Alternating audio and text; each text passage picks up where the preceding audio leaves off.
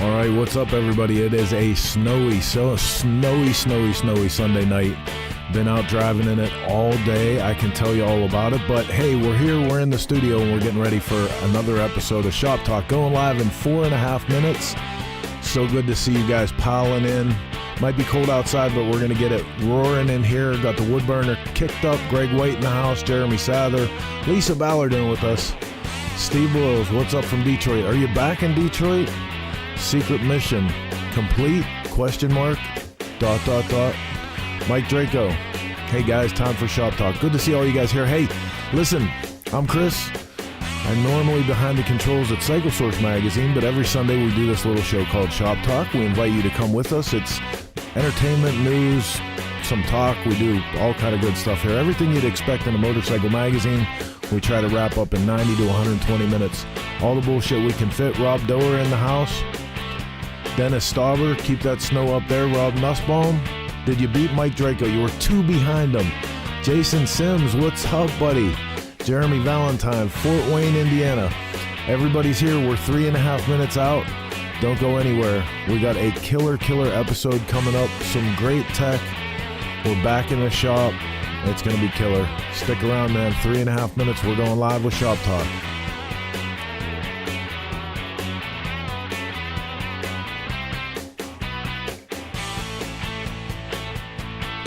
Oh my God, this is a stop the presses moment. Tim Stahl is in the house with us tonight. I can't even believe it. I'm not even sure how you got Sunday off to be able to type that message. Hello, ladies and gentlemen. Mark's going to be so excited that you're here, Tim. Deal Stereo in the house. I know who that is this time. That's the hookup with the Taylor ham. I'll say it however you want as long as we get some more of it. Tony Tello Sr. in the house. Hey man, saw your subscription come in the other day. Thank you for the support. Totally appreciate that. Ron McClay, Philly, PA. That kind of rhymes, doesn't it? Either way, we're going live with this one.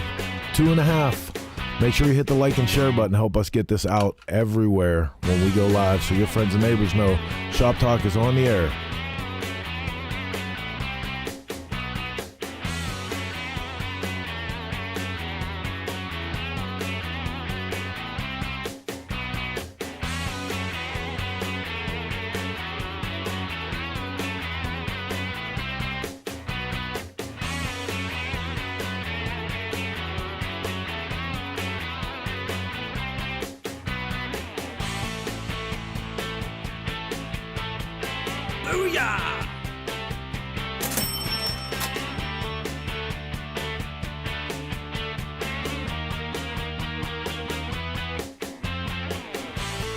Ars Tracker, way cool. Buy all my parts from Dennis Kirk. Fast shipping to the east. Thank you guys and gals. Hey, listen, man, we're super proud to have Dennis Kirk as our studio sponsor because myself, I am last minute all the time, and they have bailed me out more times than I can even tell you without giving up my pride and dignity right here on this show. Mike Draco says snow here in Cincinnati too. Not as much as you guys probably. Dude, it is coming down outside. Like, I don't know when the last time you drove across the Pennsylvania Turnpike was, but there was 1 lane clear on 3 coming across the mountains. Ridiculous. 58 seconds and we're going live with this one. I guess that's probably, we're kind of close. We're almost there. Sort of close enough. What the hell? We're starting a little bit late. Let's get this one out of the station up on the tracks and go live with tonight's episode of Shop Talk. Here we go.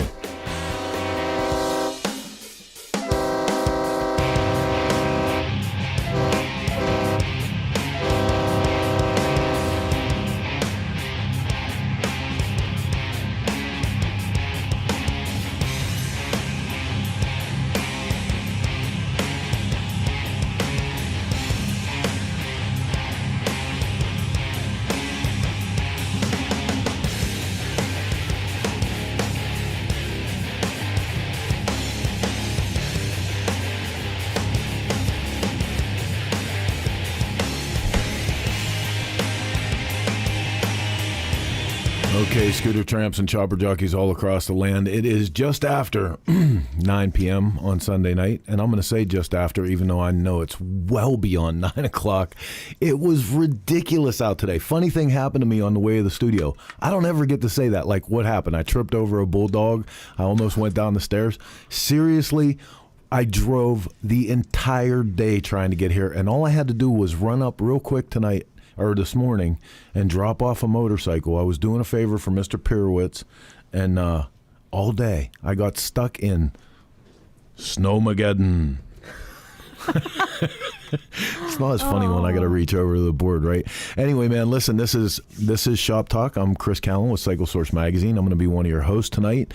Every Sunday, 9 p.m., we go live with this show. I'm joined usually by the same two lovely faces. I was going to say, there's three of us? There sometimes. It depends. What's so going confused. What's going on with Mark? Did we lose Mark? He blinked. Yeah, he blinked. So, Blondie, tell me what's going up in the world today. I don't know. I made gnomes today, and it snowed, and I've been waiting for Shop Talk all day. Mark, you back yet? Something with your mic, buddy. Technical difficulties. That's right. in the snow. We can blame the snow. We can blame it on the snow. Anyway, man, if this is your first time tuning in, Shop Talk comes to you live every Sunday, 9 p.m. through the courtesy of the Dennis Kirk Motorcycle Studio. We ship today is their motto, and that's for real. Like I said many, many times, I've taken advantage of that myself. And killer show tonight. We got some great tech. Like I said, we're back in the garage. We're actually working on, if you guys have been following along with the Dennis Kirk FXR Evolution project, we're building a motorcycle in the Grease and Gears garage in conjunction with Dennis Kirk. The object of this is for the garage build fans and family out there. They're giving this motorcycle away. So we're going to go along the process of building this motorcycle. And at the end of it, after we show you guys, and we're kind of sticking to stuff that you can order mostly. We don't want to, we're not going too far into high-end fabrication and, really chopping, especially for an FXR, because, the FXR purists would want to kill us for chopping that frame. I did buy you some tall socks today. What did you do? I bought you some tall socks. I didn't necessarily say I was going all tall socks and tall shocks. I'm just saying, I don't know, you better get back to building a chopper soon, because this is you haven't built a chopper in 2 years. Do you remember shut how? Up. I'm just saying. Do I remember how? I'm just saying. It's been a while. You built 2 lowriders, and now you have one FXR on the bench and another one following it. I'm totally tall socks and tall shocks. Listen, I'll take it, because the FXR in the Harley community has always been super classy. Oops. But especially lately, it's really stepped up a notch, and people are getting way into it, and it's really come into its own. I'm super proud to be able to do something like this, especially with everything that's going on with the FXR Friends Throwdown, and good times. I'm just saying, it's supposed to be. What's it say? That's what it's supposed to be. Poor Mark, his microphone. Something's up with his microphone. Mark, if you can hear me, buddy, try to log your computer back in, because your mic is not coming on at all. And I have your channel open. That's how you can hear the shotgun, the gun. Nick, are our voices different in a good way or a bad way? Do we sound like Mickey Mouse or the Chipmunks, or are we on speed? What's going on? Well, hey, listen, it could be too, because in Pennsylvania, when it snows, the power goes out, the internet gets weird. There's 2 inches on the ground. See, Kieran is telling me, Chris, she's telling you it's okay to build another bike. He's right. He is building another bike, actually. If all goes well, there will be 3 motorcycles built this year. Jason Holman says, audio is phenomenal tonight. Sounds good for you and Heather. Okay, well, yeah, Mark, not so much. I know we're working on that. Well, then, Nick, you have a problem in the mitten. What's in the mitten? Nick said this audio, their voices sound different, so it's in the mitten. It's not here. It's not in Pennsylvania. So let's get to it with that. We got a lot of stuff to get through tonight, and our guest this evening is patiently waiting. We're going along with the theme of each week we're going to be bringing you one of our recipients of the Source Awards. I just actually was listening to the 5 Dirty Bikers podcast, and they were talking about, what an honor it was to get the Source Awards, and, Did you know that we're recording with them tomorrow? No, that's awesome. Tomorrow night, you and I, 5 Dirty Bikers. That's killer. I don't know if I'm excited or nervous. You should be nervous. I think I'm a little nervous based on what I've heard. Because it's hard for you to sit in a room with me and Mark and bust balls. Wait till they get a hold of you, because there's 5 of them, man. Can I break out my Boston? Yeah, Am I going to have to break out my Boston? You can break out your Boston. All right. Boston's all right with me. Excuse me. All right, man. So listen, every week we start this thing off with a little program we call what? The news. That's right. I think. Maybe. The Shop Talk World Report is brought to you by Law Tigers. Get the compensation you deserve and get back on the road with Law Tigers. Okay, first up in the news tonight, and coming in from our own Cycle Source World Report news blog, artists lined up announced Tankful project. Smokeout Rally in conjunction with Hamsters USA and founding member Ed Kerr are proud to introduce Tankful. 15 world-renowned artists sign on to fill tanks. Just because someone has successfully reached the status of senior citizen doesn't mean that they live carefree days. In 2019, 5.6 million seniors struggled with food insecurity. Many of them, 63%, have had to make the difficult choice between filling their bellies or their prescriptions. No one wants to think of their grandmother that always had cookies at the ready, sitting quietly wondering if she will have dinner, let alone a sweet treat. No son or daughter wants to realize that their mom, who had dinner on the table every night after baseball or dance class, may not have had a meal for themselves in days. This chokes me up every time that I read this. The sum total of this is we've teamed up with Paco, the Hamsters USA, with founding member Ed Kerr, and the incredible list of artists. I'm just going to go through this because we're super honored for all these guys. Jace Hudson, Fast Life, Robert Pradke of Custom Auto Design, Casey Kennel of the Paint Shop, Fish Alcorn Alleyway Customs, Corey Mraz of Mr. Oz Designs, Darren McKeag of McKeag Art, Steve Gibson, Air Oil and Lead, Dave Pirowitz, Jody Pirowitz of Pirowitz Cycle Fab, Mo Diaz of Mo's Custom Image, Kristen Bina, Ron Tinetti of RT's North Hill Cycle, Ronnie Melendez of Weights and Paints, Scott Takes of Underground Art Studios, and Clint Kittle of Speed Freaks, all doing custom painted tanks for display at the Smokeout. They're going to be in the gallery. Then immediately after, we're going to have an online auction where the proceeds of which will go directly to benefit the Meals on Wheel program right there in Salisbury, North Carolina, and also in South Dakota, where the Hamsters USA base their charities. I'm very excited about that project. Pretty cool. I really am. And I have to, I owe you an apology. I was so excited when I confirmed everybody.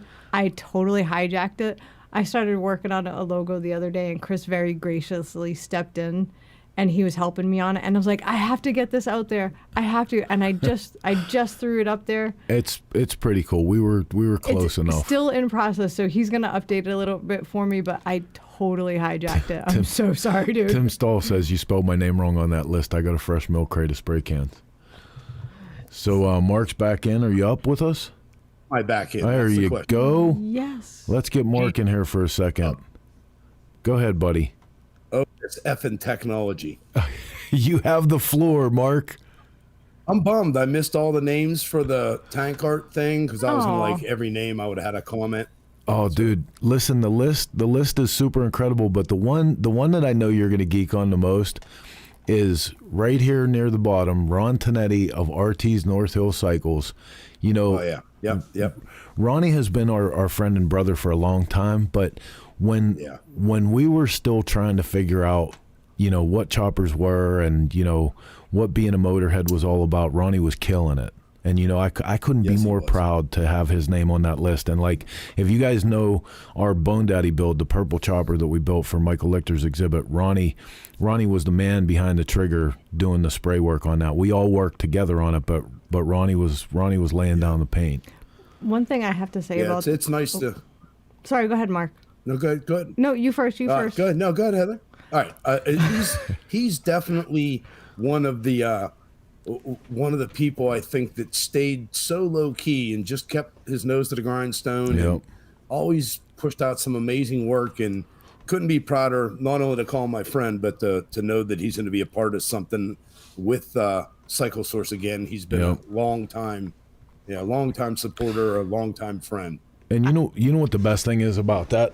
We always talk about how you don't want to see things change. You know, forever we had the subhead of Grassroots Motorcycle Publication. It was meant to always remind us to keep true to our roots, you know, and like as people start getting more popular and, you know, get a little bit of notoriety and stuff, how much they change. And the one thing about Ronnie, man, was like that never happened. Like, you know, he's built motorcycles for actual rock stars, actual sports stars from the Steelers football team, all kind of stuff. And he's never been more than, you know, Ronnie has RT cycles. You know, he paints stuff, he fixes bikes. He's a motorhead, you know.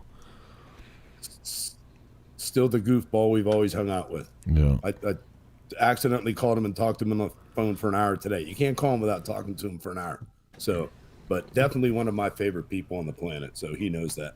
Right on. So we're going to be... Well, now that I'm back. Sorry. We're going to be doing a lot of stuff throughout the year, going back and forth with all the artists from Tankful. So stick close to that. You can always visit thesmokeoutrally.com, and you can see more about it all the time. You can get regular updates. You can find out everything about the Cycle Source magazine's very honored position of holding the torch for the next generation of smokeout goers. Smokeout Rally, if you don't know, over 2 decades as the original Good Time Chopper Party, and we're hoping to keep that flame going. So keep going to the website and check it out, and get your tickets today, man. We'll see you at Salisbury in September. Next up in the news, and this comes in from Racer X, our brothers down in West Virginia, Mark. Lucas Oil Pro Motocross Championship gears up for landmark 50th anniversary season. 50 years, dude. How about that? Cool. Morgantown, West Virginia. With the turn of the new year, preparations are formally underway for the landmark 50th anniversary of the Lucas Oil Pro Motocross Championship. In conjunction with the respective nationals event organizer, the sanctioning body at the AMA Pro Racing and longtime series title sponsor Lucas Oil MX Sports Pro Racing will celebrate the storied legacy of the world's most prestigious off-road motorcycle racing series, beginning with the introduction of a new commemorative logo for the 22 season. You know, this is something that's really incredible to talk about because, you know, we were talking last week about how flat track racing has come in and out of like the Sport of Kings mystique, and motocross racing. I mean, really, you know, these you forget sometimes, you know, that we've been around this long enough, dude, that before they were called Grand National Cross Country, the GNCC, they were 100 milers, you know, like motocross racing and you know, dirt bike racing in general was a very hillbilly centric kind of deal, you know, so they called them 100 milers. The kind of tracks that motocross came out of were hare scrambles and, you know, and shit like that. So it's kind of neat to see a 50-year celebration. I would love to get somebody from the inside of this organization to come on with us and share some of that history, like to bring some stuff out of the hallowed halls of their beginnings, you know? Yeah, that'd be cool. Yeah. And we have a rich history of motocross in this area. That's for Oh, yeah. The Lojacks, anybody that knows the name Lojack, I mean, still Ed Lojack, who just a few years ago, we were lucky enough to be at the induction ceremony of his AMA Hall of Fame induction. And he is still to this day, when you combine the 100-mile races and the GNCC races that he took championships in, he is still the winningest champion of all time since they invented the sport. So perfectly that he's from Pittsburgh. I mean, come on. Yeah. Local boy. That's a little dig there. Did you get that, Blondie? All right, man. You were talking? Yeah, I was. I said. Nice try. All right, man. Well, listen, we got a lot of stuff to go through. So without any further ado, I think we're going to break away from the news for a minute, and we're going to go to our first guest. Like I said, we're sticking with the tradition of each person individually who won in our Cycle Source Awards. Our year in review issue is out on newsstands now. We're actually putting the whole thing out there one blast at a time, letting everybody know who won and congratulating them and sharing their artwork. But tonight's guest is Artist of the Year, and Heather lined this interview up for us tonight. Pretty excited. I'm very excited to get to know Jessie a little bit. I've been watching her art for a long time now, and I'm continuously blown away by the work she puts out, and the fact that we get to talk to her about where she learned, where her inspiration comes from, and just get the scoop on her to see, hopefully get a little inside skinny on her. I think it's going to be cool. Well, let's go to the lines. Just Hanging Out in the Shop is brought to you by Spectral Oils. Made in the USA since 1966, the best oil on planet Earth. Jessie, how you doing? I'm doing great. Thanks. Right on. Look, perfect, Mark. See how she came on? There was no, no audio problem. Yep. It's dark outside here too, Jessie, just to let you know. Oh, man. So listen, congratulations, Artist of the Year. I get to say that too, congratulations, because of the nature of our events. We don't actually do the nominations. We don't do the picking. We just become the mechanism to put this all together. But, as voted by your peers, you were nominated, a couple months back, and then voted as Motorcycles Artist of the Year. How's that feel? It's pretty awesome. Very unexpected.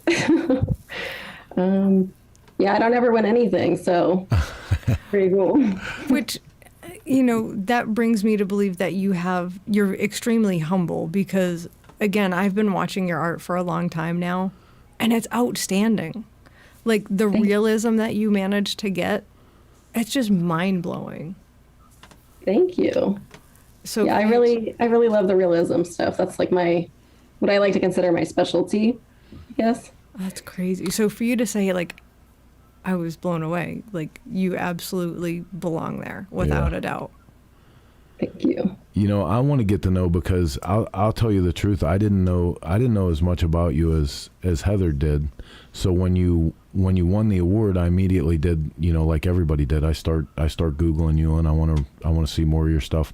And when I first came across some of your stuff, it was stuff way earlier in your career, and I thought I had got on the wrong person. I mean, your art has had such an evolution, right? And I wanted to talk about that. I wanted you to tell people a little bit about, where your start is, where you really started getting some solid ground under you with art, and how it came to be. Yeah, absolutely. So when I first started painting, it was probably, about 13 years ago. It was fresh out of high school, and my focus at the time was much more like canvas and fine art, and it wasn't very good to start with at all, which is probably what you saw. But over the course of the 13 years, it's progressed, and learning my craft more, obviously, just painting all day, every day. And probably about maybe 5 years ago, I picked up an airbrush, and I just fell in love with it. I fell in love with like the community of airbrushing, and just I didn't even want to look back at canvas painting. No, I really dig it. Like that was one of the things I enjoyed, because I'm also invested in the art community. I also do a bunch of different medium and stuff, but I like the way that you talk about art, because you really address it like an organic thing. You talk about the life of the artwork, the life of the piece. What it does. It's a living thing for you. It's more than a commodity. I really dig the respect that you have for that. Thank you. What would you say? I mean, would you be able to say that you have a main style or focus? Because I see a lot of different influence in the stuff that you do, but do you have something that when it's your own work that you would say, this is what my jam is?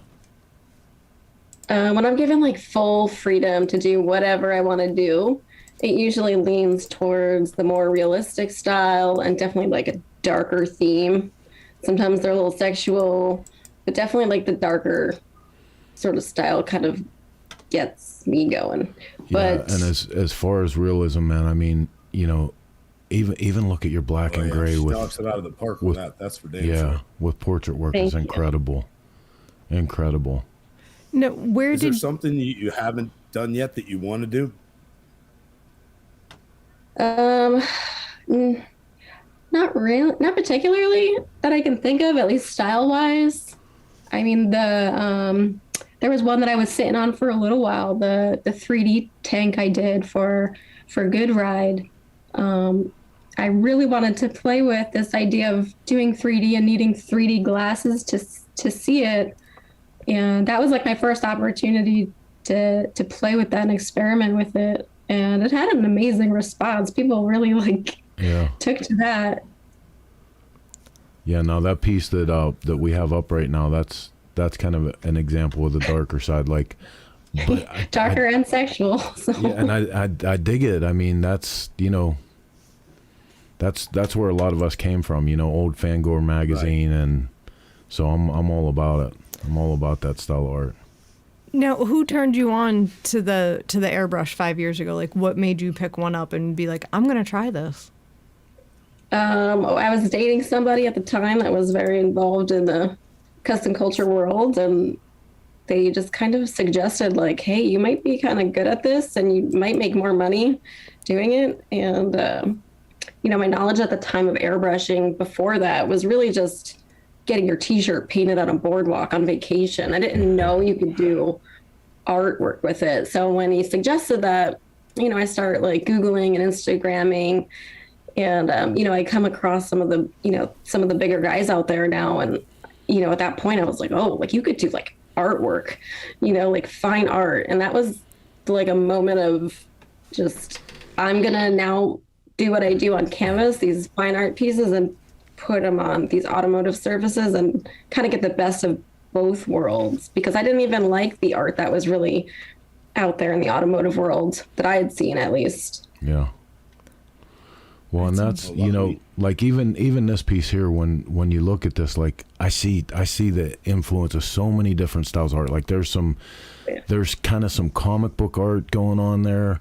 There's almost like some street art, like some, you can see some graffiti influence. There's so much that you're putting into that. And it is like from those perspectives, that's kind of a new thing, for our industry.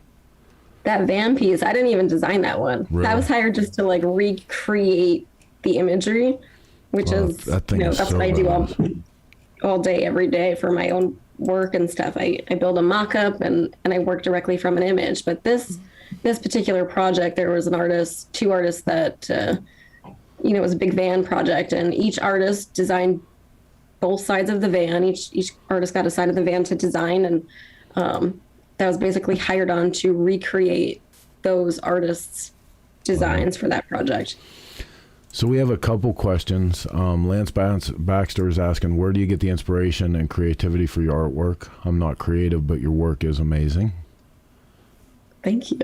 My inspiration is, a lot of it, I don't really get enough time to do my own work. It's a lot of customer work. But a lot of times my customers kind of just give me a very basic theme, whether it's something, they want a horror theme or evil or a band or, something very generalized.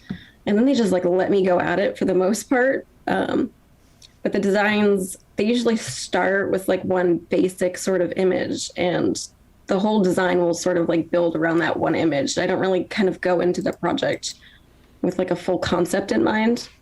So it just kind of like builds itself. Was it a difficult transition for you, or were you just literally a natural at it?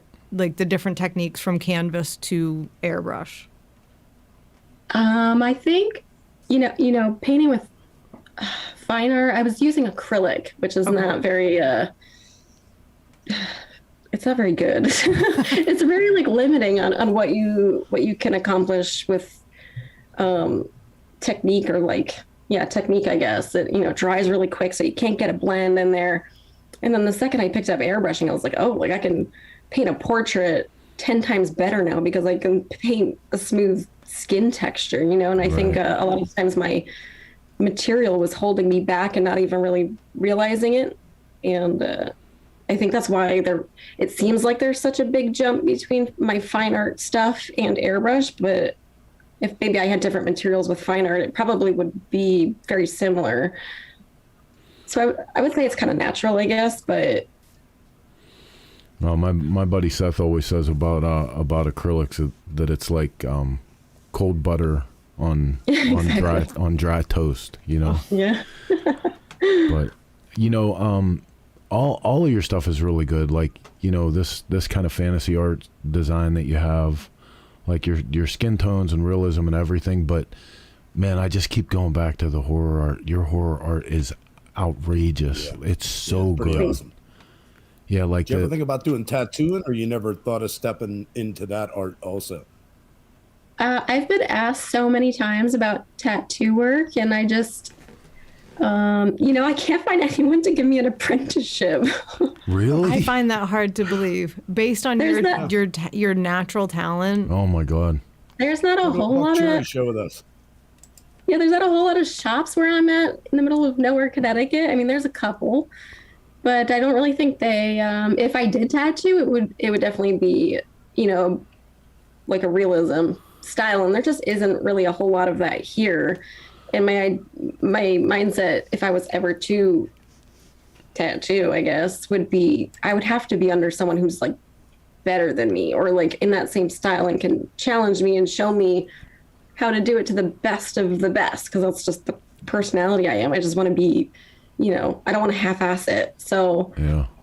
the ones that are really good, they're just like, we're not interested. So Gotcha. Now, do you have any people that you look up to as mentors that have kind of maybe guided you through or helped you navigate these waters? yeah, so there's been a couple artists that when I first started, I reached out to and just had I didn't even know who they were at the time. It was just like, I found a couple people on Instagram and I'm like, oh, like they paint similar to how I would want to paint, so I reached out to those people and I was like, what materials are you using to get this, effect or whatever? Like, what do I even buy? Like, I don't have any frame of reference or starting point. And there was a few that really were generous in their information and knowledge and willing to share it with me. And I was like, oh, like these people are really awesome. I love this community already because I've never really experienced that. Yeah, I want to see that 3D piece. I want to see that like in person. That looks cool as shit. Yeah. No, That's done for Good Ride for Kerry Hart and his event. That's in California. Yep. no, being relatively new in the grand scheme of things, because 5 years is literally a minute. Right. Especially when you get to our age, because we're considerably older than you. What are you trying to say, Heather? You're ancient as hell, Mark, and I hope you live to your 200. Great. Did you expect it to take off the way it has? I mean, to be here for that long and be painting for Kerry Hart and Paul Sr. and I mean the list goes on and on. Did you expect to be that successful so quickly? No, not at all. I mean, I feel like I'm still learning, so it's kind of crazy to think about it that people like trust me with their work. They're that big, yeah, like I'm still kind of absorbing the fact that like I've hit this point so fast. I mean, there's so much more to go. There's so much more that I want to do, but it feels like I spent so much time doing fine art, and I feel like there was so much time wasted because I didn't really accomplish a whole lot in that. And then to jump to this, and I'm achieving the goals that I set for myself a lot quicker. I just think I just landed where I was supposed to be, and it just took me a while to get there, I guess. And sometimes that's the best part, though. Yeah. Yeah, and I don't know if I consider any of that wasted time. That was just honing your skills and touching every part of the, Right. every part of that makes your next endeavor probably even better. Yeah. So wait a minute, I have to stop you real quick because this piece right here, if I don't know if that's available, if that's somewhere that I can get this would be like I love you forever present. Yeah, listen, just so you know, Lily Munster is one of the 10 hottest women of all time. Excuse me? She is, man. Seriously? She is. How do you go from Jennifer Aniston being your hall pass to Lily Munster? Like, what did I miss there? Listen, Jennifer Aniston can be my hall pass because that could actually happen. I could never get with Lily Munster. Look at this face. I mean, you could. She was married to Herman. I'm dying. Yeah. I mean, she was married to Herman, so you got a shot. And why are you acting surprised? They literally made Typo Negative wrote a song about how hot this chick is. I don't even know who Typo Negative is. Jeepers. Really? Get out of the basement, Grandma. Where's the gunshots? I just shot her. Oh, jeepers. Wow. Let me apologize, Jessie, now for, and you were saying that you feel like you wasted time. Holy crap. Oh, man. Yeah, that piece is already sold.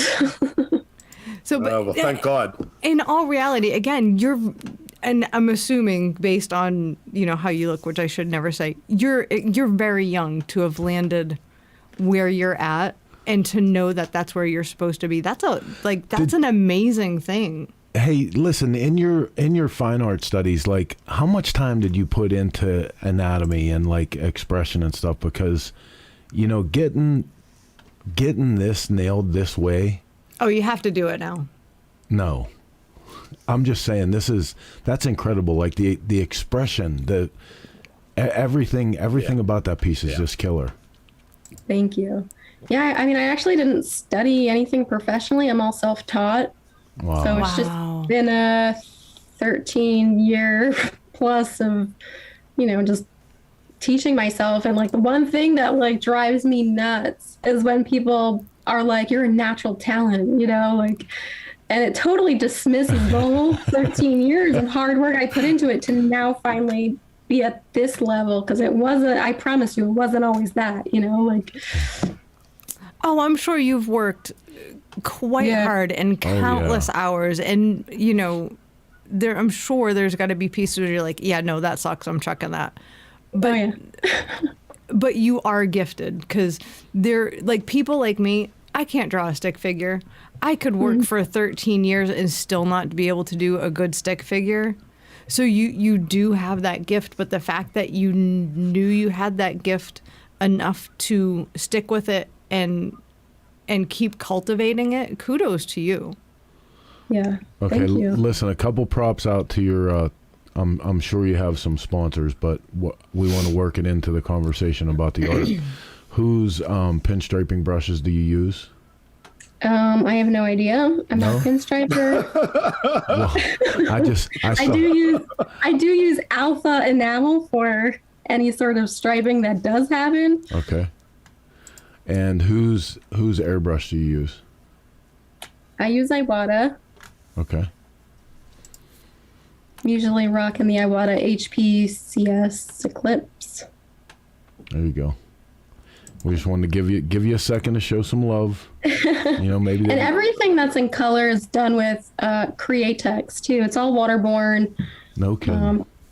I always get asked about what paint I'm using, but it's just so like convenient and easy to use the Createx because it's, all the colors are right there ready for you. And when you paint realistic or you're using so many colors, you just kind of want the convenience. And so that's all Createx too. Do you do your final clear, your final overlays, or do you just do all the artwork? Let somebody come in and do the overlays on your big stuff. I just do the artwork at this point. The goal is to eventually, kind of do it, all of it eventually, or at least know how to do it all, all of it. But right now, my space isn't really conducive to clearing in or anything like that. Yeah. Look, this is another one. I could look at your stuff for hours, but this is another one where the expression is. Yeah. Oh, let me. That's incredible. Yeah.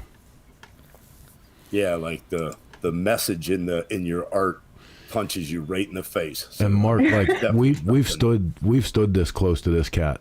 You know what I mean? Yeah, like you right? can almost see him grabbing his beard. Yep.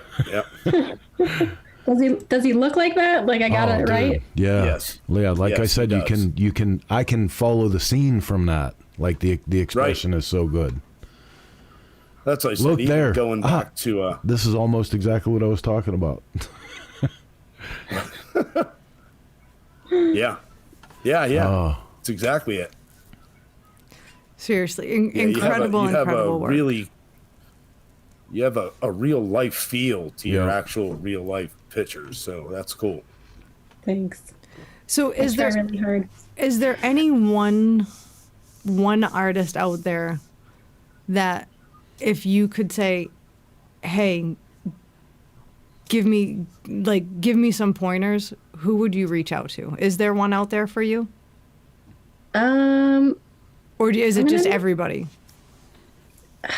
For like art pointers? Yeah. Yeah, I'm so weird about it. I try to really stay away from other artists. So like I always get asked, well, who's my inspiration? And I don't really. I guess that's what I should have said. I'm sorry. No, I like your point because like one time so do I. I work in oils, and there are particular people that have particular skills that I want to try to pull. And one time I got a lesson in skin tone and building skin tone from David Yule.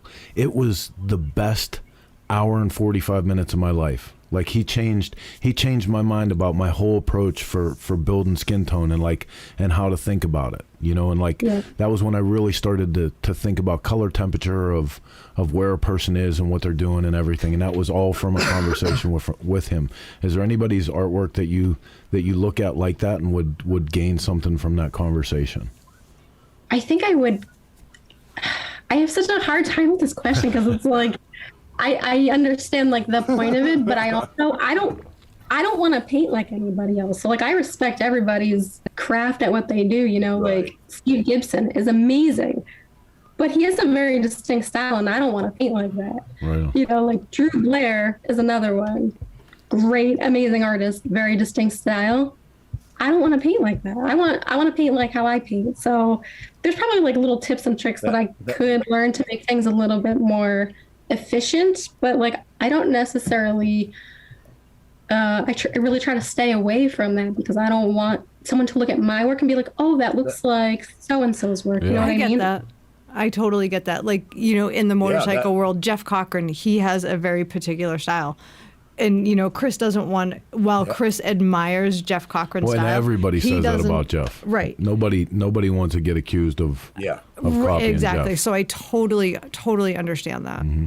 That makes a lot of sense. Because Yeah, I mean that makes a ton of sense too. I can say that Greasing Gears, we did a segment in Sturgis once, and like I don't think I agree with Jesse. I don't think you ever want to point yourself doing somebody else's direction, but I can say that we spent an hour and a half with Aaron Green. Oh my God.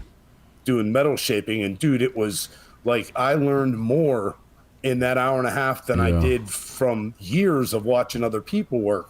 So, but no, I would never want, I'd love to have the talent of Aaron Green or Jeff Carter, but I'd never want to do work like them. So that, dude, your answer was great. It's a lot harder. It's a lot harder with art too, because, it's almost like a giant magnet. You watch too much of any one thing or someone's stuff, and all of a sudden you see it show up in front of you. Like I totally get that, and I respect what you said.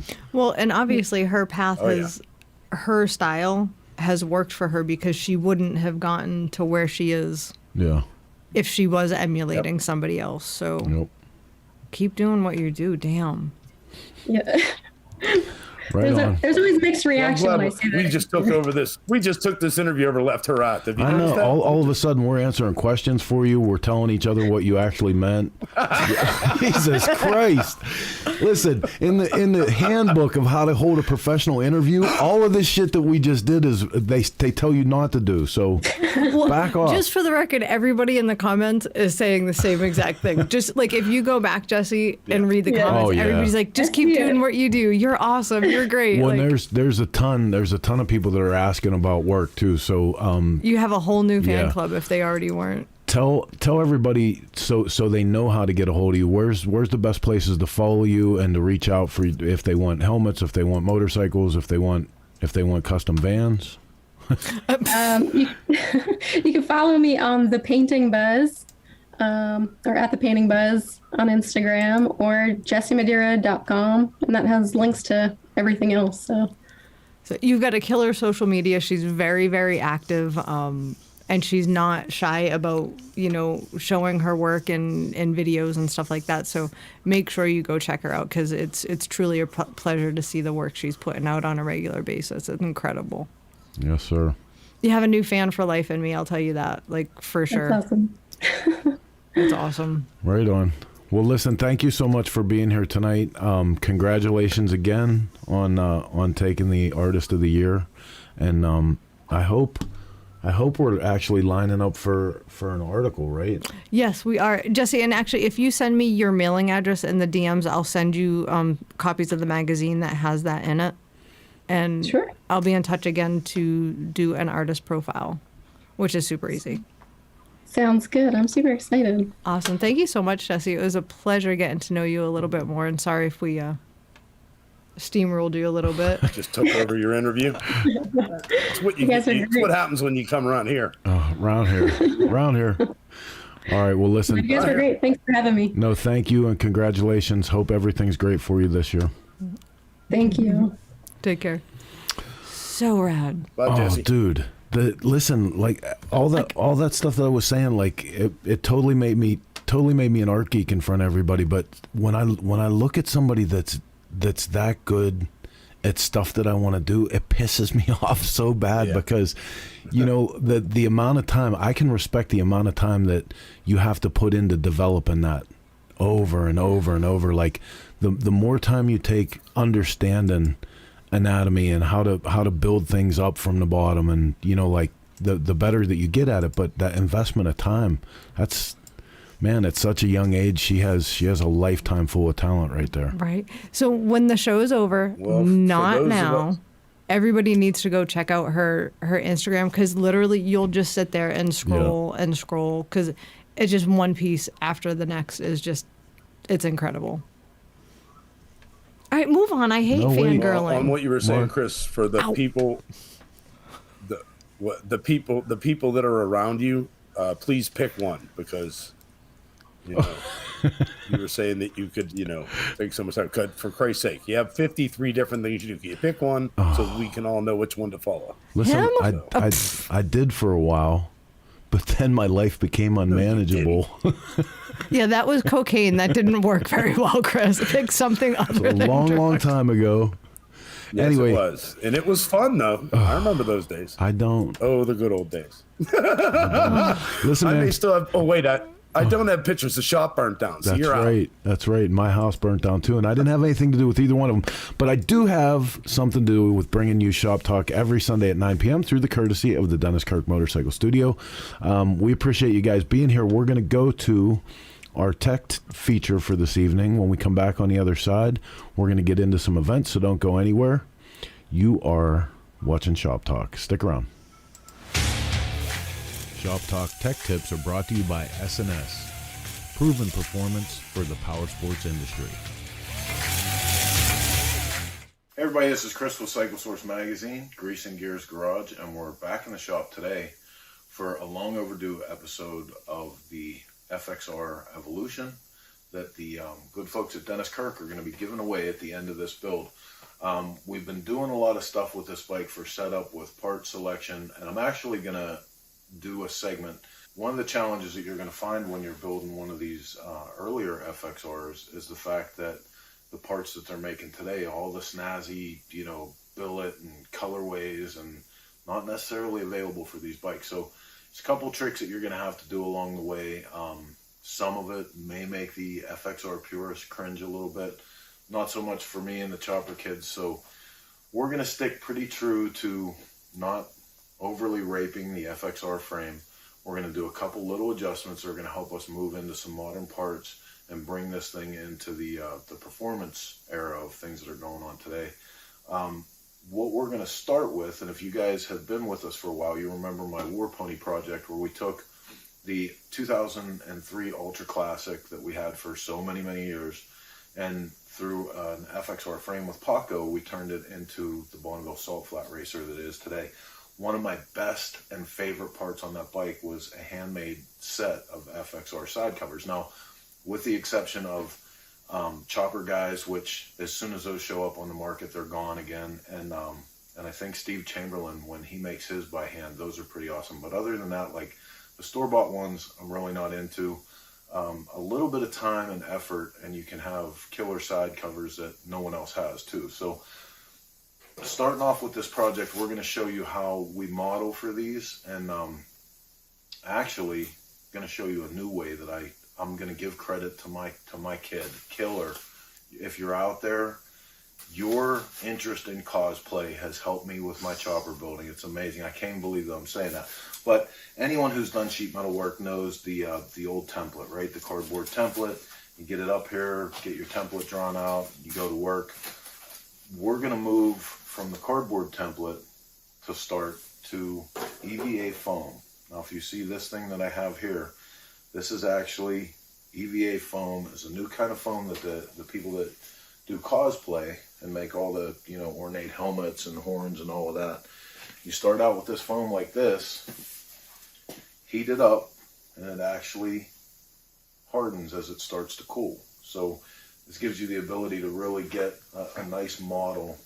I like to have the actual inset dimensions and everything back here so that when we make our pieces that fold over, it's going to sit in there nice and tight. It's not going to leave gaps and stuff. So throughout this process, as we take some regular 18 gauge sheet steel and make these side covers, we're going to be using a lot of the tools in the garage.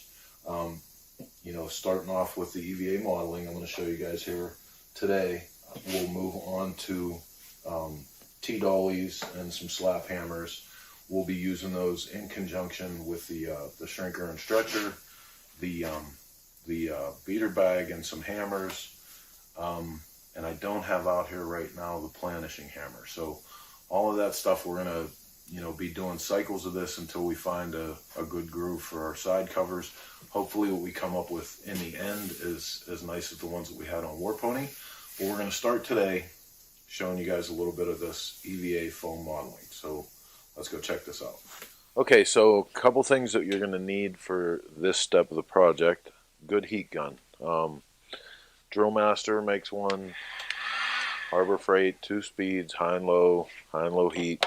Not even sure where I got these, but it's called the On Cutter. And like for tubing and everything, this is absolutely killer. But for this, you'll see why, like cutting on angles and stuff, these cutters are great. Standard pair of scissors, some masking tape, and shoe glue or similar contact cement.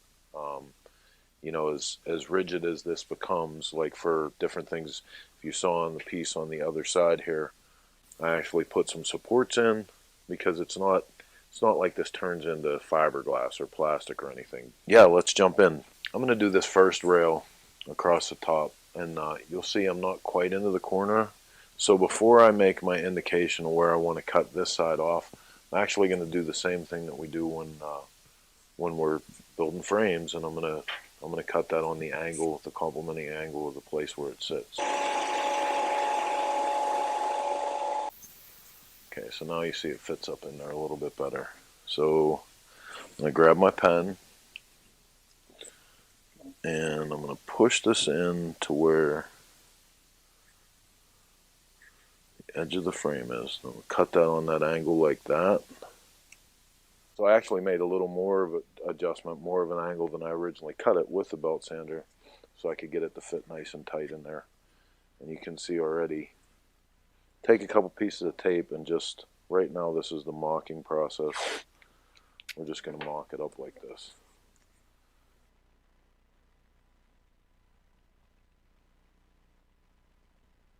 All I'm going to do is make a mark, and we're actually going to notch it out for that.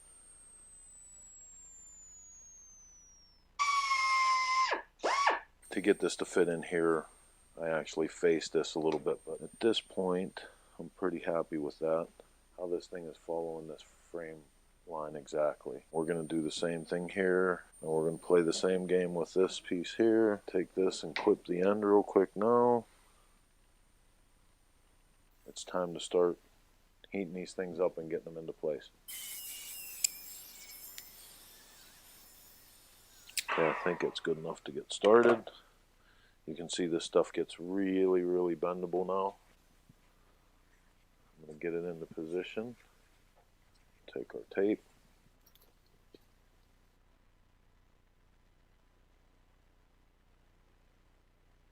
Now that it's up here, I'm going to go back and really put a lot of heat to it so that I can make sure I want that stuff to stay in place, you know.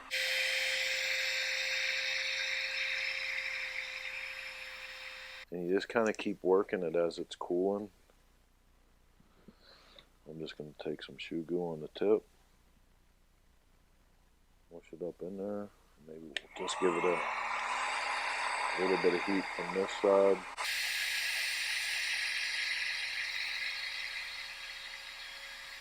It's nice and pliable now, so I'm not going to get crazy with the pressure on this one because we did get it so soft.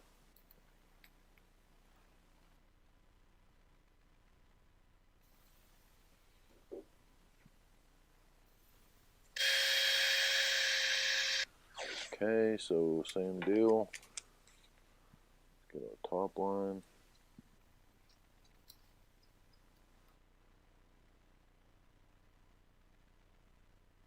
Okay, now that that's in there, I'm going to heat it some more. Once this is all cured and had time to sit, we'll come back in with more heat and really try to form it one last time. A couple cross braces.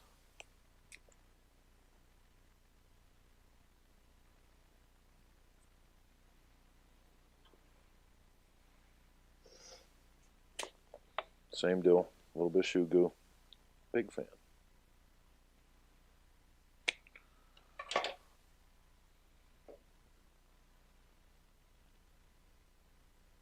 Okay, so that's where we're going to wrap up for today. Hopefully when we come back to this, we're going to take you to the next step. We're going to make some paper templates to start cutting our sheet metal out, and we'll start into the process of actually forming these metal side covers. Kind of excited about it. You know, this could be a neat new thing for the industry. It could be a neat new tool. So we'll see how it goes. We'll see if it's going to be a neat new tool or just a way for my daughter to make fun of me. Say, hey Dad, you know what would be cool? We'll find out in the next episode of Grease and Gears Garage. For now, I want to remind you guys, you can get out to Dennis Kirk today. Dennis Kirk is giving this motorcycle away when it's finished. You want to go to denniskirk.com/garagebuild. Garage Build is a fantastic program that they run for all garage builders to show off their work and form a community. So go and check it out today. Sign up for the FXR Evolution giveaway at Dennis Kirk. I'm Chris from Cycle Source. We'll see you next time.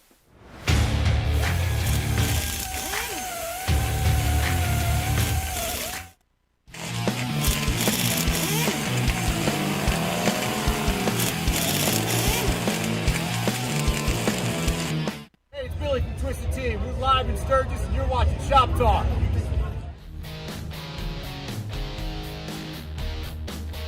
Hi, I'm Tom. I'm with Banks Brothers Motorcycles. One of the things I want to show you today is our new improved engine puller. The changes to this machine has been in the arms and in the hands. We put hind joints in the hand to allow rotation of the engine, which makes it easier to get it in and out of the frame. With the angle change, we have equal clamping pressure on them. And over here we have what's called the posi lock, which allows this to be locked in place and the engine can't swing from side to side. And we're going to show you just how easy it is to pull the motor out of the bike right now. George is actually going to come in, make contact with the cylinders, tighten it down, he's going to pull it out of there. You lift it up, rotate it, and bring the assembly out of the frame. You see the motor starting to move and it centers itself. This allows no side play once the motor's in place, and it keeps it safe, it can't fall out. Visit BanksBrothersMotorcycles.com to order your Banks lift. We're the Law Tigers, America's motorcycle lawyers. We understand the challenges riders face every day. As riders, we want to share the road and be seen by motorists. Remaining visible is critical to our safety and well-being. That's why we work tirelessly to promote motorcycle safety and awareness. We're proud to support our community that includes riders of all stripes. If you've been injured in a motorcycle accident, call 1-800-LAW-TIGERS or visit lawtigers.com. The Law Tigers, America's motorcycle lawyers. This is Rick from RKB, and you're watching Shop Talk. Everything we do at the track shapes what we build for the street and the dirt. You can see how bad these guys want it. A race to the line. For us, racing is not for the trophies or the glory. We compete because it makes everything we do faster, more durable, and tested to a higher standard. For S&S, racing is the ultimate in proven performance, and we've been proving it since 1958. All right, welcome back to Shop Talk in the Dennis Kirk studio. So, Mark, I saw your face while we were off screen and the tech was running. You looked confused when I was going into that hyperspeed for the fast forward. I just realized that, like, after I had, a whole 2 minutes of me going back and forth with a heat gun, nobody wants to watch that. So I just put it on hyperspeed, because I'm sitting there going, gee, I want to blow my own brains out. It's my video, and I want to kill myself for watching that. Well, the face was that my I-beam didn't even look the same. I'm like so upset. Like, what happened? Did you to paint my that without his permission? Beat up old I-beam? It was nasty and rusty and shitty. No, it wasn't. Yes, that was not. It wasn't patina, Mark. Don't get into me with this. That is not patina. Christopher, was that years and yours? years of abuse. Was that yours? No. He dolled up one of my pieces of fucking equipment. Now I wish everybody could have. I was hooking a brother up. Oh my God, man! I'm gonna have to get that thing back over here and put some balls on it again. Now I really wish everybody could have seen what was going on over here, because like he's throwing his hands up and he's like away from the table and he's like, "What's going on?" And he was upset, and we thought it was because of the video. That's awesome. That was all because I lost the screen completely, just to let you know. Okay. It went all the way back to the original, I mean, I was a little bit upset about the I-beam, but once I gets back here, I hit it with the hammer, light it on fire. That was great. I almost kind of feel bad because I that. went out and I was like, oh, that looks really good. But Mark, I got to tell you, if I had known he didn't have your permission, I might have tried to stop him. Me and Mark have been married for so long. I did say to him, I did say to him before he left, make sure you clean this because I just got done covering it with TV blaster and trying to fix a set of heads. But I didn't say, put a pair of panties on it. Well,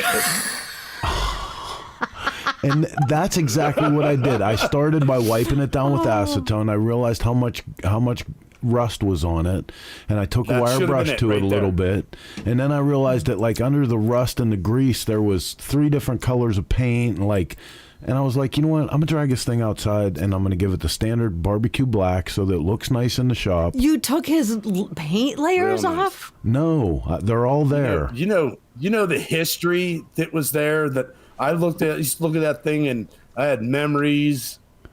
They're all gone now. I'm trying to hide some of them for you.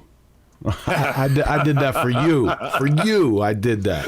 It's not the bodies, Chris. It's the memories. Oh, so hey, listen, man. Right, yeah. One of the functions that we perform here at Shop Talk is we like to be the purveyors of information, information of all sorts. We usually start out with some news in the program. We also like to pass along your events. This is the part of the show where I invite you to please send along to us in direct message or through our email on the website. Send us your event flyers, runs, rallies, rides, swap meets, party in your backyard, whatever's going on that has motorcycles show up to it. We would love to help you promote those events. Except work. Yeah, no work event. No work event. But every week we have a segment where Blondie is going to tell you what's going on in the two-wheeled world. The Shop Talk events calendar is brought to you by Twisted Tea, the original hard iced tea that helps you keep it twisted. Blondie, you're gonna have to stall him for a minute because in my haste, you and Mark switched cameras tonight, and I don't know what didn't that. show up. Small talk. So no, I have to tell you, I love your new little intros. They're so fancy. I feel like we're growing up. Listen, I have to give you some pointers here as your husband. It is never cool when a woman says to you, "I love your little anything." I'm just saying, there's not. I'm going to go again on that one. There's not, even when you say, "Oh, I love your little chopper." I love your massive promo. There you go. I can't even do it with a straight face. What you should be saying to me is, that the promo's almost too big. It kind of makes me uncomfortable. I can't do it. Okay, the events. Right. Here we go. I'm prepared. I hope Judy's watching. She's upstairs. Let's see. So as long as you do it right, we'll be on the same page. That's exactly what I was just saying. It's almost too big. Garage Brewed at the Ryan Geist Brewery in Cincinnati, Ohio, January 29th, 2022. Following that is the Space Coast Chopper Show at Malabar Moe's Bar and Grill in Malabar, Florida. Is it too much if I'm like a little kid if I go back to my childhood and want to go Space Coast? Well, you did, so it's all good. That is on February 12th, 2022. We're going to just leave off 22. Same weekend, St. Louis Cycle You want to work Showcase. it out and get back to us? At the City Foundry in St. Louis, Missouri, February 12th and 13th, put on by our good buddy, Big Randall Nolge. You should be there. Following that is Mama Tried at the Eagles Club in Milwaukee, Wisconsin. Wait a minute. What? Is this a leftover event? Didn't they just have Mama Tried? Yeah, that. No, they're doing it. It was so good, they're doing it again. Stop do it again. Already. Do it again. Yeah, exactly. We're going to have to make some phone calls and find out. Anyway, so that's March 5th and 6th. Also on March 6th is Hardcore Performance Show at Destination Daytona, put on by our good friend John O'Brien over at Hardcore Cycles. Yeah, buddy. There's going to be a Cycle Source bike show that week, but we don't have our poop in a group yet. So nope. Chopper Time, Thursday, March 10th at Tropical Tattoo, the greatest chopper show on earth. Get there early. Big. Shut up. Shut up, Chris. Shut up. Shut No, up. you didn't. Shut up. No, you didn't. No, you Son of a didn't. biscuit eater. Oh, I haven't heard that in forever. Oh, Alleyway Customs Pro Invitational and Bike Show at Atomic Harley Davidson on March 12th. The Donnie Smith Car and Bike Show, March 26th and 27th in St. Paul, Minnesota. The Colorado Super Show, Colorado Springs, Colorado, also March 26th and 27th. Who's that put on by? I don't know. I can't see it. It's not on my notes. Come on, seriously. Hey, wait. Rob Nussbaum told us last week. The Rocky Mountain Motorcycle Museum. There you go. I can't remember a week ago, for cripe's sake. Oh, man. Following that is the Texas Fandango at the Gillespie County Fairgrounds in Fredericksburg, Texas, April 1st through 3rd. They're going to have a chopper corral, a Cycle Source bike show. Carl, I already said the Donnie Smith show, Carl. Jeepers. All he's saying is we'll be at both. CS, Oh, all right, STL, sorry. and Mama I'll Tried. shut up now. I obviously didn't read them all. Better shut up. Yes. AZ. Arizona Bike Week, April 6th through 10th at Westworld. That's money, son. Money. Are we making money? No. Oh. That event is money. You know, I mean, we are now. Listen, I'm trying to pick up lingo. I got Amelia's sense for design using the EVA foam. Today I looked at the dog and I said, that was fire. And he walked out of the room. I don't think the dog understood. No. Neither did I really, but... I don't know. And I don't think they actually say that anymore. You're like 5 years too late. Just saying. Listen, I'm just busting balls because I caught Jason saying it. Dude, that is fire. I was like... He actually said that? What did you just say? I'm mad at Jason. Is he trying new lingo or what? Anyway, the one show, April 28th through May 1st, that is in Portland, Oregon. We got lots of events here, We man. do. We Yeah, did. I did some it's a homework party. today. The Backroad Barbecue Run, May 6th through 8th in Trenton, North Carolina. Speaking of which, they sent me a very nice message the other day and personally invited us, Chris. Oh, right on. So I think we need to try and make that one. Okay, hang on for a minute. Whoa. I got to bust in. Okay. Steve Broyles just used the word dope. Now, I want you to consider, At Steve, pipe dope? At Steve Burrell's age, he could mean that in any one of 4 ways. Only because you're old as shit, too, do you understand me saying that. Oh, yeah, right. So we just had this conversation at work the other day. What are the 4 ways that he could have meant dope, Heather? Dope, extremely cool. Okay. Dope drugs. Dope drugs. Dope as in like you're an idiot. Stupid person. I don't know the 4th one. Actually 5 now that I come to think of it. Awesome. Like super cool. Pipe dope is an actual. Yeah, pipe dope. That would have been 4. Okay. And the 5th one, anything that was gooey, chewy was dope. Like the old guys used to say, like pizza crust it's dopey. Yeah, they would say it. I don't know. Steve, Yeah, I think he's making that last one up. He's gonna be so mad at me for saying that shit. He probably won't text for the rest of the night. We seriously just had that conversation at work the other day. It's funny shit, right? It's like the 10 different ways to Can say we dude. get back to work? I don't know, but once you turn 50, you start remembering stuff like this. Thankfully, you forget everything else. I don't have far to go, but I do have just a few years.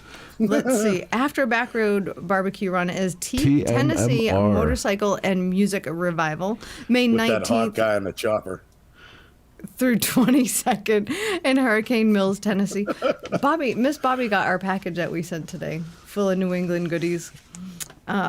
Smoky Mountain Chopper Fest, May 27th through 28th in Franklin, North Carolina. Born Free. I felt like I kind of should have sang that. I don't know. Born free, free as the wind blows. Thank you. June 25th through 26th in Silverado. That's MF and Silverado. California. And then the Smokeout, September 8th, 9th, 10th, and 11th in Salisbury, North Carolina at the Rowan County Fairgrounds. That's as far as I got today. I think we need to have a contest.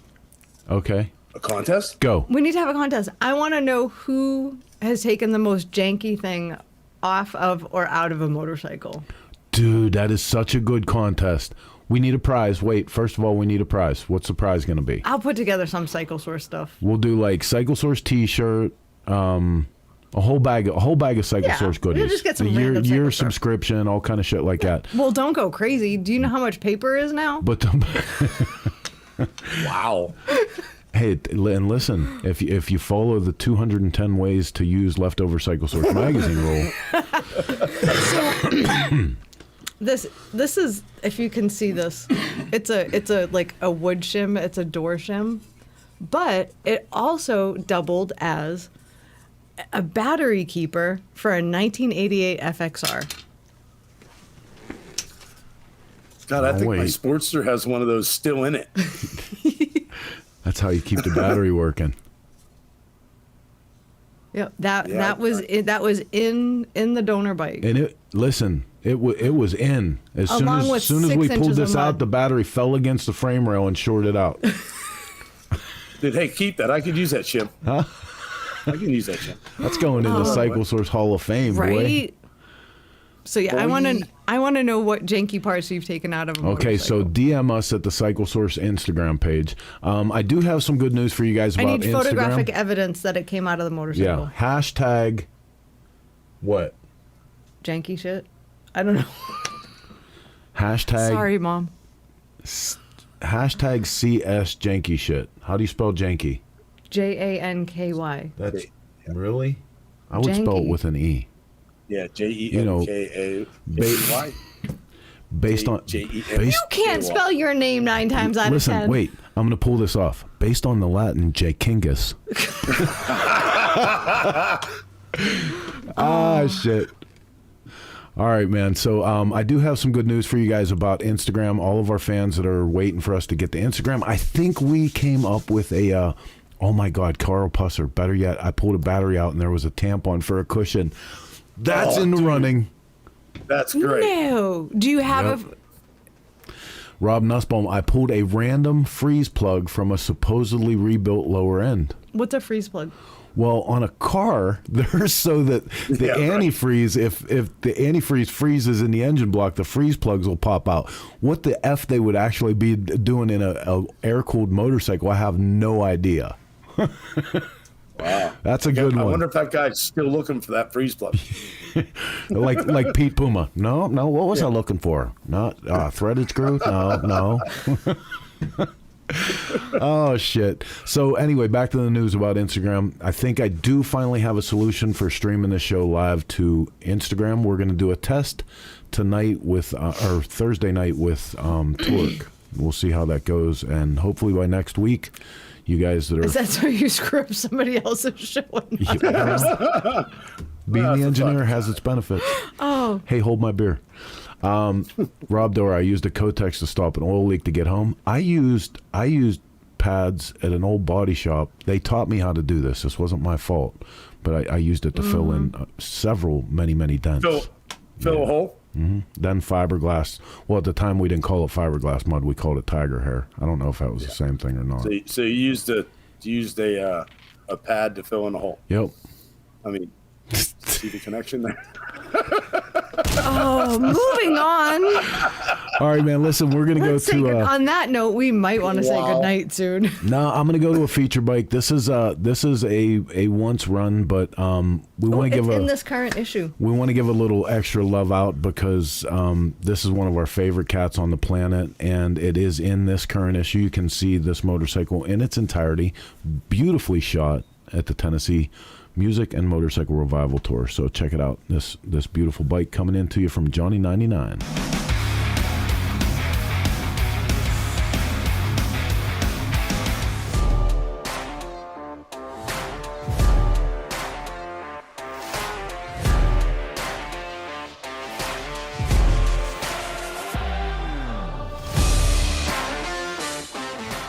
Johnny Humphrey. I have Johnny 99 Customs. I'm from Terry Hill, Pennsylvania. This is 1967 original Harley Sportster engine. It's all Harley. It has Andrew Y cams, I believe, in it. Opened up the other side, has a belt drive on it. That I guess was normally for the Sportsters. It should be internal, but it's external now. It's kind of a pain, but it worked out. Harley Rapido, I believe, gas tanks.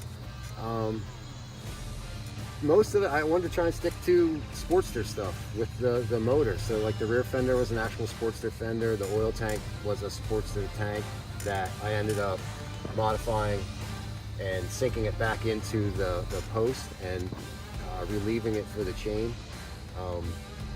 Just has a bunch of cool little stuff. It's nothing over the top. Like integrated the pegs into the actual kicker cover and the chain cover is all one piece. Like when that comes off, everything, and then you can remove your shifter arm. The exhaust is all put over to the other side because there was already so much going on this side. So that side, other than the belt drive, really didn't have anything over there. So I wanted to make sure I could try and balance it out so that everything worked out. What it started with was actually just the engine. What I actually salvaged out of that engine was 3 rocker boxes, the cams, the cam cover, and the belt drive. I learned a lot about Sportsters quickly. They're not bad to work on, it's just not my preference, but thankfully I had some good people around me. Growing up, I've tinkered with things my whole entire life.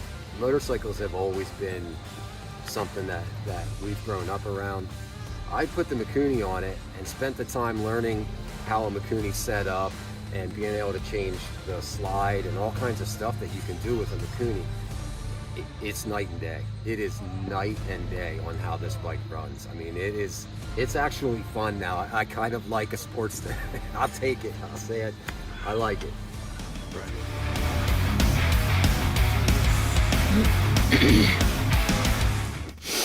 All right, welcome back to the Dennis Kirk studio. This is Shop Talk, and we're heading back into the station, man. It's been a great night with you guys. Still snowing out there? Anybody got a window close by? I don't know. We're 50 yes, floors below street level. I forgot that we're 50 floors below street level. Damn it. I know. I didn't have to walk down them damn steps. I'm not usually down here. I'd like an elevator, please. We got lots of great stuff. I apologize for the rerun on the feature, but Bill Stevens, did you see the snow? Did you see that back and forth Bill Stevens says, Chris, that's not body work for what I was talking about with the tiger hair. I said, bullshit, it's not. If you want to keep your job at a used car lot, it is.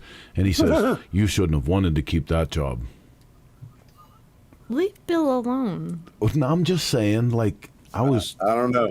I was 20 years old. Money and money. It takes a lot of mud work to learn how to do good finish work. So that's as body work gets. And I've done body work the majority of my life. Yeah, right on. So we got a lot of great stuff coming up. I do apologize for the rerun on the feature, but by the time I got home from the fateful journey tonight, Snowmageddon. Yeah, it wasn't happening. So you can catch us online at motoshoptalk.com, where you can get all of the 180. What are we up to? This is 183 tonight. 183 episodes you can get in podcast form. You can listen to them while you're driving down the road. Like me today, I listened to 5 Dirty Bikers, Fast Life Garage. There was like 4 or 5 more of them, and I just totally went blank. I listened to Speed Metal Danger for a while. Dan? I listened to Danger Dan. Yeah. But you can check out all of Shop Talk there. You can always watch all of our episodes in their entirety on YouTube. They're there forever. You can also get them in podcast form. I just said that. What is this, Groundhog Day? Oh, I guess I wasn't listening. I turned my wife ears on. I'm sorry. Like always, I'm talking. She's just like, la-di-da. I turned wife ears on. You know, eat it.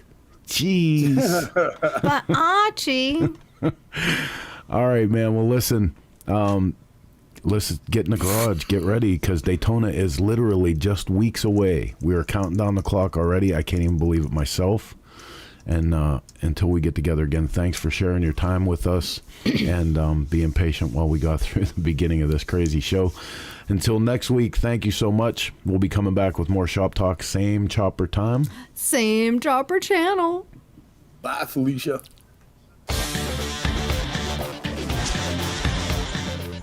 We'd like to thank our sponsors for their continued support, and we hope you pay them a visit when you're in the market for great motorcycle parts, products, and events.